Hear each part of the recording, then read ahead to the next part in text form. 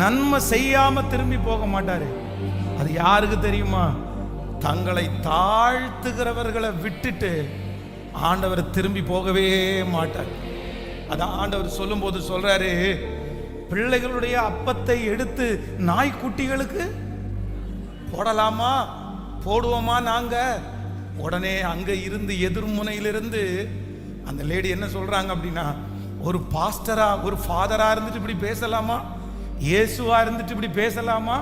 நீங்க என்ன பட்சபாதம் பார்க்குறீங்களா அப்படின்னு எல்லாம் சொல்லல, கேள்வி எல்லாம் கேட்கல.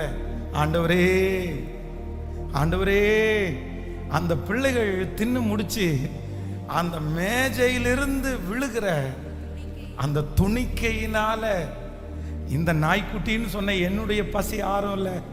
அவ்வளவுதான். அடுத்த வார்த்தை ஆண்டவர் என்ன சொன்னார் தெரியுமா? இஸ்ரவேலுக்குள்ளே இப்படிப்பட்ட ஒருத்தரை நாம் பார்த்ததே. பிரதர் சிஸ்டர், சீக்ரெட் வேற ஒண்ணுமே இல்லை சிஸ்டர். பிரதர், சீக்ரெட் எதுவுமே இல்லை. மலை போல பிரச்சனை இருக்கும்போது நீங்க முன்னாடி ரூம்ல உட்கார்ந்து பேசிட்டு வரீங்க, பேசி பேசி உங்களால ஜெயிக்கவே முடியல. பேச்சை கொஞ்ச நேரம் நிறுத்திட்டு ஒரு 5 மினிட்ஸ் கொஞ்ச நேரம் எனக்கு டைம் கொடுங்க அப்படின்னு உட்கார வச்சுட்டு அறை வீட்டுக்குள்ள வந்து தாழ்த்தி இந்த ஏராளமான பிரச்சனைக்கு முன்பாக நிற்கிறதற்கு எனக்கு பலன் இல்லை.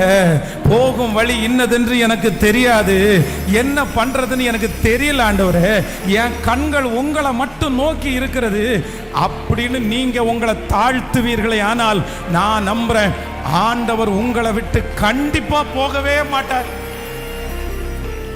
ஹல்லேலூயா. வேதத்துல